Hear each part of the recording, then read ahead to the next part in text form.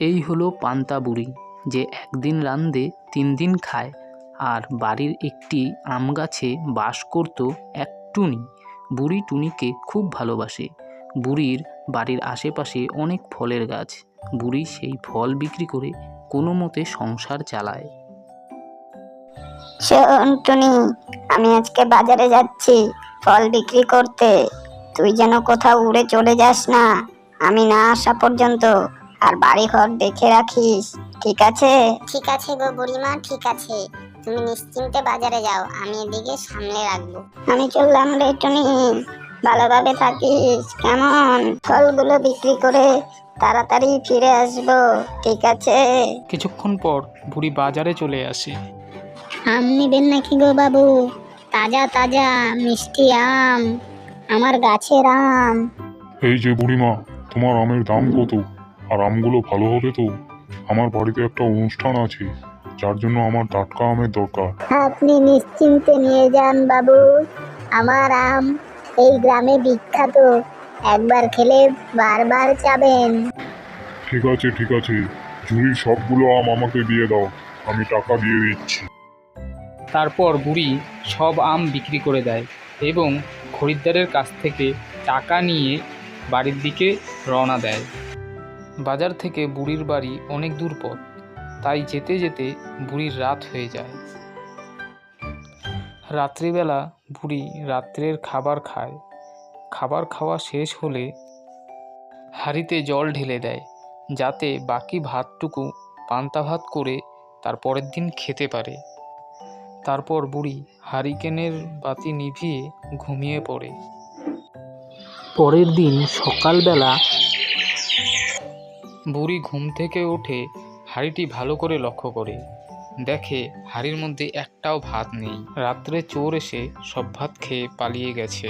কয়দিন ধরে দেখছি আমার পান্তা ভাত চোরে চুরি করে খেয়ে যাচ্ছে, আমি কিছুই করতে পারছি না। আমি বুড়ি মানুষ, একদিন রেঁধে 3 দিন খাই, আর চোরে কিনা আমার পান্তা ভাত খেয়ে যায়। আমি আজকেই রাজা মশাইয়ের কাছে চোরের নামে নালিশ করতে যাব। তার আগে যে আমগুলো পেরেছি সেগুলো বাজারে গিয়ে বিক্রি করে আসি। বাজার করে বুড়ি যখন বাড়ির দিকে ফিরছিল, তখন নদীর একটি মাছ বুড়িকে দেখে তার দিকে এগিয়ে আসে। মাছটা বুড়িকে জিজ্ঞেস করে, বুড়ি বুড়ি কই যাস? আমি একদিন রেঁধে 3 দিন খাই, আর চোরে আমার ভাত খেয়ে ফেলে, তাই রাজার কাছে নালিশ করতে যাব। আমাকেও তোর সাথে নিয়ে চল, যদি কোনো কাজে লাগি। তারপর বুড়ি মাছটিকে জলের থেকে হাত দিয়ে তুলে নেয়। মাছটি তুলে বুড়ি সেই মাছটিকে তার ঝুড়ির মধ্যে রেখে দেয়।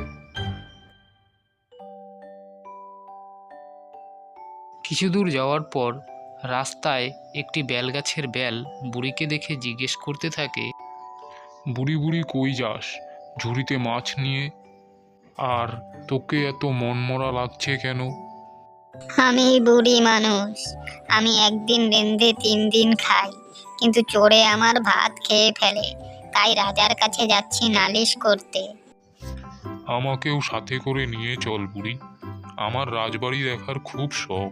বুড়ি বেলটিকেও ঝুড়িতে নিয়ে যাচ্ছিলই হঠাৎ তার সামনে দেখা হয় একটি মৌমাছির সাথে। মৌমাছিও বুড়িকে একই কথা জিজ্ঞেস করে। বুড়িও তার পান্তা ভাত চুরির কথা মৌমাছিকে বলে।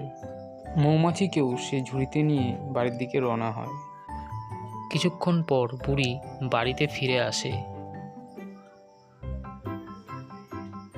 শোন টুনি, আমি রাজার কাছে যাচ্ছি নালিশ করতে।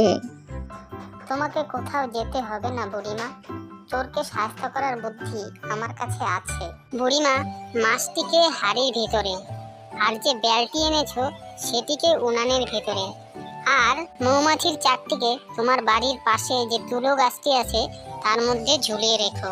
পাশের বাড়ির থেকে 1 লাদা গোবর এনে বারান্দায় রেখে দিও। তারপর দেখো চোর কিভাবে শায়েস্তা হয়। রাত হয়ে গেলে বুড়ি টুনির কথা মতো মাছটিকে হাড়ির ভিতরে রেখে দেয় আর বেলটিকে উনানের ভেতরে রেখে দেয়।